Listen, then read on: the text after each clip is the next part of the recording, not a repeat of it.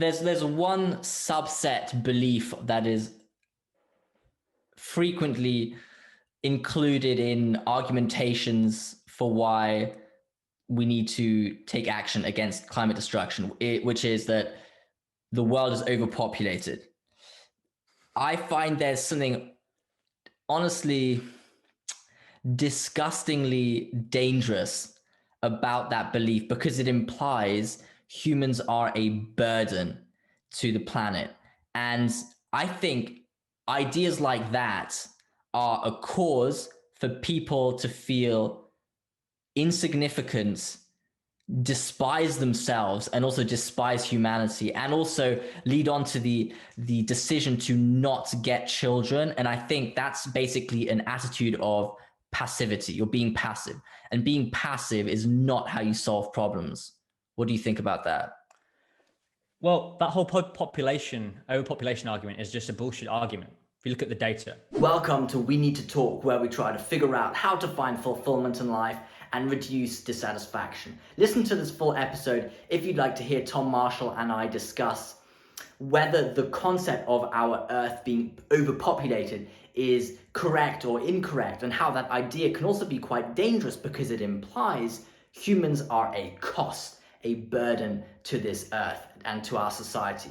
Furthermore, we talk about whether we are even qualified to know what is healthy for the world and for our environment and society in general, and how actually incorporating and calculating all the externalities that would arise from environmental intervention and policies, incorporating all of them is seemingly impossible. Hence, we just need to give it our best shot, something like that. So enjoy the episode and don't forget to subscribe. Let's go.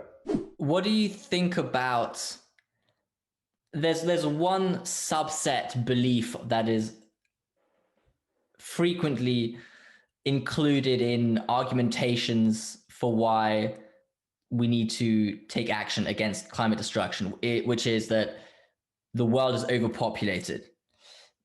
I find there's something honestly disgustingly dangerous about that belief because it implies humans are a burden to the planet. And I think ideas like that are a cause for people to feel insignificant, despise themselves, and also despise humanity, and also lead on to the decision to not get children. And I think that's basically an attitude of passivity. You're being passive, and being passive is not how you solve problems.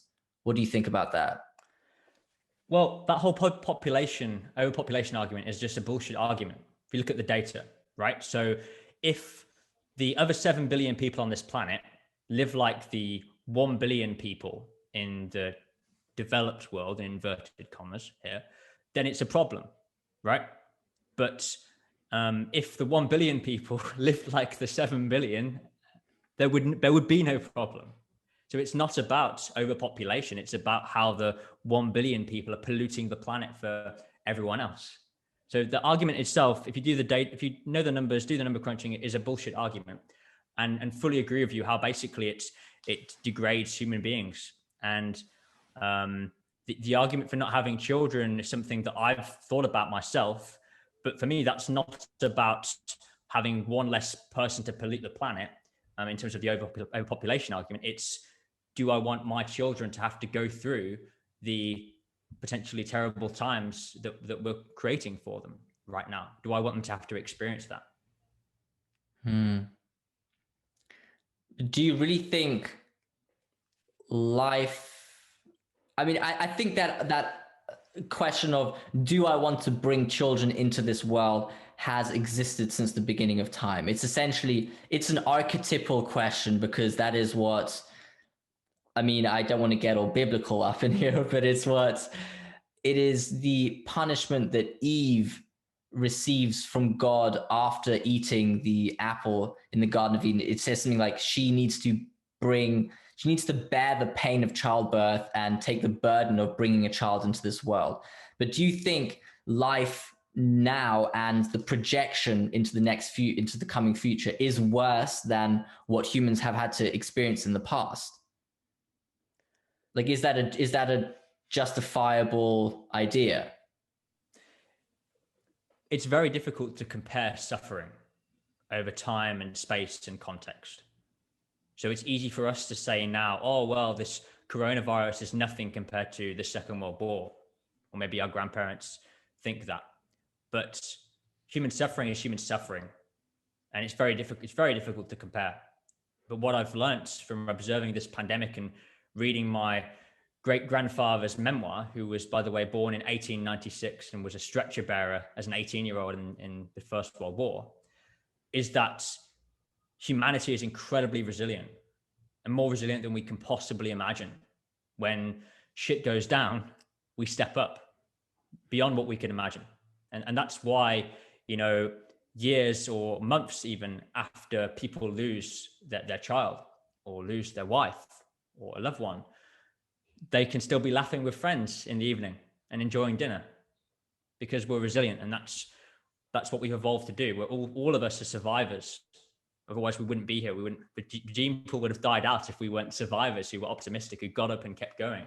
So I think that it's difficult to compare suffering and difficult to know how bad things could be if this climate crisis is allowed to keep going as it is. I mean, we're expecting famine, war, potentially 500 million refugees when this is in this century, by the way. So things can get bad pretty fast, and things can change very fast, as we've seen with this pandemic. And no one expected this a year ago, right? And yet this is what we've experienced. So we don't always anticipate things very well. We're very bad at long-term thinking, and that's part of the root cause of this problem, this short-termism. Tom, I just want to say, I love talking to somebody who has their thoughts organized, and it makes such a big difference. So thank you for delivering just like solid answers, man. So props to you for that. Thank you. I do my best, Henry. Of course, you sent me the questions in advance, so I had about 10 minutes thinking about some of these answers, but everything I've just said now is totally unscripted, by the way, just to confirm that. Awesome. No, that's cool. That's all cool.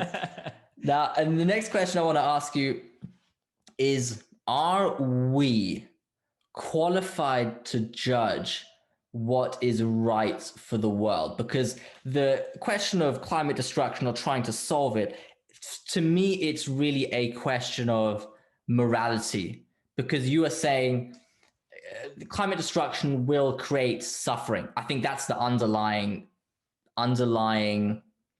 foundation. It's that's sort of the crux of it. It's going to create suffering. Now, how do we solve that? And the thing is, I think solving a problem as wicked, as they call it, as climate destruction, it's so complex. It's so complex. But how, are we qualified, not just saying you and I, but how are we qualified to know how to solve it in a way that we are certain won't create actually in return more suffering in the long term? Because this is a bit of a far-fetched idea, but for example, I think the idea to reduce the consumption of beef, for example, that is, I mean, I'm not an expert in sort of climate activism, but I've understood that it's helpful to reduce the consumption of beef, because then one needs less space for beef agriculture and less forests deforested, whatever. And the problem is, though, do we know that reducing the beef consumption do we know that beef consumption will not produce health destruction in some way that in return harms our consciousness and our ability to solve any other kind of problem or live in some sort of peace? Do you know what I mean? It's really far-fetched, but it's a legitimate claim in my eyes. Okay, how would that work? So reducing beef would Right. harm our intellectual behavior or brain power. Is that what you're saying? Essentially, yeah. Okay, And so I'm not, how would that work? Let's just take your argument through yeah. to understand the logical outcomes. Yeah. So for example, I reduce my consumption of beef, or let's just say meat in general. So chicken, so poultry, pork, beef, and I don't know what other meat there is, but yeah. Then I've noticed, depending on what food I eat, I experience different kinds of energy or weakness in my body, and my ability to concentrate changes depending on what I eat fairly strongly. And now, if you compound that across time, let's say you say, I cut out a certain type of my diet for years on end, that will, in my eyes, have a strong effect on my output in life. Do you understand Okay. where I'm coming from? I understand what you're going, where you're going with that. So, what was the biggest news story last weekend in the sporting world, Henry? If you've been watching the sporting world at all. I don't, but You don't know. Okay. no. So a British man, Lewis Hamilton, Oh, won his record seventh Formula One World Championship. Right, absolutely incredible human being, and he's surpassed Michael Schumacher's record, also with the number of race wins now. And he is a vegan, if you can believe that. So he has no meat consumption, despite his pollution of the world through his racing cars. We'll let him off for that for this example. And can you imagine how much concentration it requires to drive a Formula One car, and the amount of focus that must go into that, and how he is mentally on top of his game? And you can see the interviews about him, with him, and he is arguably one of the most successful sportsmen alive. And he has a vegan diet. And sure, one shot case, N equals one. You can watch other documentaries around this. There's a documentary called What the Health, as you might know, which goes a lot into veganism. I'm not a vegan myself, but I don't eat beef or pork. I cut down basically on meats because, indeed, as you're saying, I think beef produces like something like 5 times the amount of CO2 compared to chicken. So it's by far the worst of all these meat products that you can consume. So I think, there's some arguments around how, as human beings, we have been able to grow our brains through consuming animals, right? And so through sort of processing foods and thus taking on more nutrients and these kind of things. But what you see is that basically there's so much protein in plants. If we're talking about from a protein perspective, there are certain vitamins like B12 that you can't get from beef, but I supplement that, as do other vegans. So I think it is a bit of a far-fetched argument that it would reduce our brain power. And frankly, fortunately, there are alternatives to beef to get protein, but the alternative then is just to keep going with beef and say, oh, that's something that we think we might need, and then we have no planet to live on anyway. So it's the kind of thing, sacrifices must be made. Fortunately, although you have a certain loss of taste from or the pleasure of eating beef, if you've ever tried Beyond Burger Meat or any of these other like plant-based burgers, they're so good, and they're getting so good at replicating the taste of beef. Because I also like meat as well, but actually, even putting the planet aside for health reasons, I chose to cut down on meat, because red meat has been shown by the World Health Organization to cause colon cancer. And that's a whole other discussion. But for health reasons, I would cut down. If you don't give a crap about the planet, for health reasons, you should also cut down on meat. Yeah, I didn't want to specifically hone in on the example of that far-fetched example, as in, that you'll transform the level of consciousness or concentration if you change your meat consumption, but just in general, the advice given to reduce climate destruction, it's so complex that does it incorporate all the, I forgot what, externalities? That's, I think. Okay. I understand what you're saying. So it's a system, right? And if we change this part of the system, what are the potential other effects? I get what you're saying there. Yeah. That's the thing, is humans have been producing negative externalities of our actions for thousands of years, since the agricultural revolution, since we've moved into this age now of the Anthropocene, where we're actually affecting and altering our planet through our actions, being able to gain so much influence there. So I think we've already seen all these negative externalities from stuff like producing beef and cattle and the amount of livestock we've held, one being, by the way, the coronavirus pandemic, which evidence is showing that it comes from basically overexploitation of animals, particularly in meat markets in China, where this is expected to have come from. So that is one negative externality of this. So I think it's actually about reversing back to how we were before in some way, to undo the negative externalities we've caused. So the beef industry is a negative externality. So cutting it out reduces that externality rather than creating new ones. Mm-hmm. Okay. Yeah, it's kind of the question of, there is no answer to which decision produces the fewest externalities. I mean, it's just the amount of processing power you'd need to calculate all the externalities. I mean, it's just give it your best shot, mate. Like, yeah, I mean, you have the best scientists and the best computers doing all this strong climate modeling, right? And we know at some point that the ice caps will be gone if we continue. We know at some point the coral reefs will be gone if we continue. And we know the effect that those things will have, but we don't know when those thresholds will be met. We don't know it with precision exactly at 2 degrees, bam, this will melt.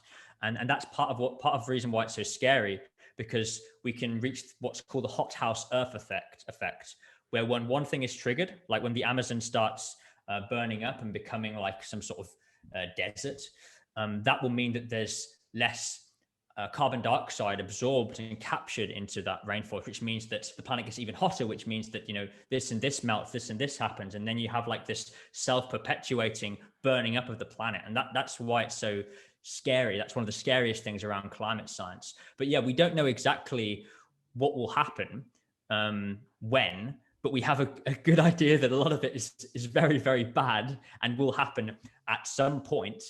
And we know, and we already have certain technologies available and certain solutions that we can develop further to tackle some of these things. So we better get started. Okay. Yeah.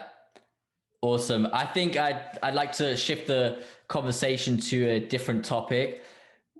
What do you think 20-year-olds, I mean, people in their 20s, should spend their time investing in, working on, fighting for? What should they be doing?